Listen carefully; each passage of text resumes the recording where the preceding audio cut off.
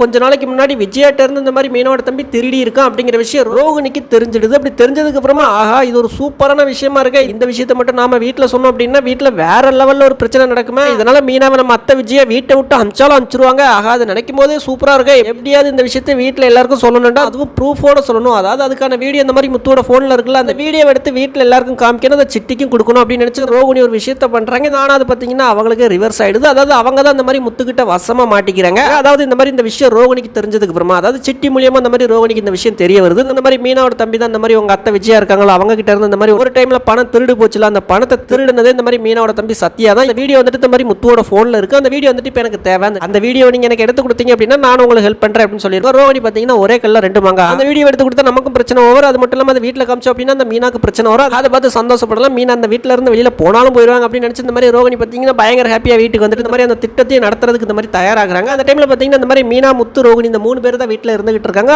அது முத்து இந்த மாதிரி பாத்ரூம்ல இருந்துகிட்டு இருக்காங்க. அந்த டைம்ல ரோகிணி பாத்தீங்கன்னா இந்த மாதிரி மீனாட்ட கேக்குறாங்க, மீனா அந்த மாதிரி எனக்கு ஒரு ஃபோன் பண்ணணும், என்னோட போன்ல இருந்து ஃபோன் போகல, உங்க ஃபோன் தர முடியுமா அப்படின்னு கேக்குறாங்க. அதுக்கு மீனா ஃபோன் கொடுக்குறாங்க. ஆனா ரோகிணி பாத்தீங்கன்னா மீனா அந்த மாதிரி இதுல இருந்து கால் போகல, வேற ஃபோன் இருக்கா அப்படின்னு கேக்குறாங்க. அதுக்கு மீனா முத்துவோட ஃபோனை தூக்கி கொடுக்குறாங்க. ரோகிணி இந்த மாதிரி அந்த ஃபோனை வாங்கிட்டு இந்த மாதிரி என்னமோ தேடி தேடி பாக்குறாங்க. ஆனா மீனா பாத்தீங்கன்னா எனக்கு வேலை இருக்கு அப்படின்னு சொல்லிட்டு உள்ள போயிருப்பாங்க. ஆனா அதுக்குள்ள முத்து வந்துடுறாங்க. வந்துட்டு மீனா என்னோட ஃபோனை பத்தியா அப்படின்னு கேக்குறாங்க. அதுக்குள்ள ரோகிணி ஐயோ ஃபோன் அப்படின்னு சொல்லிட்டு இந்த மாதிரி மீனாட்ட கொடுத்துறாங்க. மீனாவும் முத்திட்ட கொண்டு கொடுத்துறாங்க. முத்து எதுக்கு என் ஃபோன் எடுத்துட்டு போன அப்படின்னு கேட்குறாங்க. அதுக்கு இந்த மாதிரி மீனா எல்லாத்தையும் சொல்றாங்க. ஆனா முத்துக்கு சந்தேகம் வந்துருச்சு, என்னது பார்லரும் என்னோட ஃபோனை கேட்டுச்சா, இது சரியா இல்லையே, ஏதோ ஒன்று தப்பா இருக்கு அப்படின்னு சொல்லிட்டு இந்த மாதிரி அவரோட ஃபோன்ல அந்த அழைப்பு விவரங்களை பாக்குறாரு. அதில் பாத்தீங்கன்னா இந்த மாதிரி ரோகிணி யாருக்குமே கால் பண்ணவே இல்லை. அதுக்கப்புறமா இந்த மாதிரி முத்துக்கு சந்தேகம் வந்துருச்சு, ஆகா அந்த கேடி வேற ஏதோ ஒன்று பார்த்துருக்கா அப்படின்னு சொல்லிட்டு இந்த மாதிரி வெளியில போயிட்டு இந்த மாதிரி ரோகிணிட்ட கேட்கறாங்க, என்ன பார்லருமா கால் பண்ணியாச்சா அப்படின்னு கேட்கறாங்க. அதுக்கு ரோகிணி வந்துட்டு அது வந்துட்டு என் ஃபோன்ல இருந்தே பண்ணிட்டேன், பரவாயில்ல கால் பண்ணி பேசிட்டு அப்படின்ட்டு ஒரு மாதிரி பதட்டத்தோட சொல்லிட்டு அங்க இருந்து போயிடுறாங்க. அதை பார்த்த முத்துக்கு இன்னும் சந்தேகம் வந்துருச்சு, ஆகா இந்த கேடி மறுபடியும் ஏதோ ஒரு பெரிய வேலை பார்க்குற மாதிரி தெரியுது, ஏதோ ஒரு தில்லாலங்கடி வேலை பண்ணுதுடா அப்படிங்கிற மாதிரியே பார்த்துட்டு இருக்காங்க. அதை பார்த்த ரோகிணி ஆஹா கண்டுபிடிச்சிட்டானா அப்படிங்கிற மாதிரியே பார்க்குறாங்க.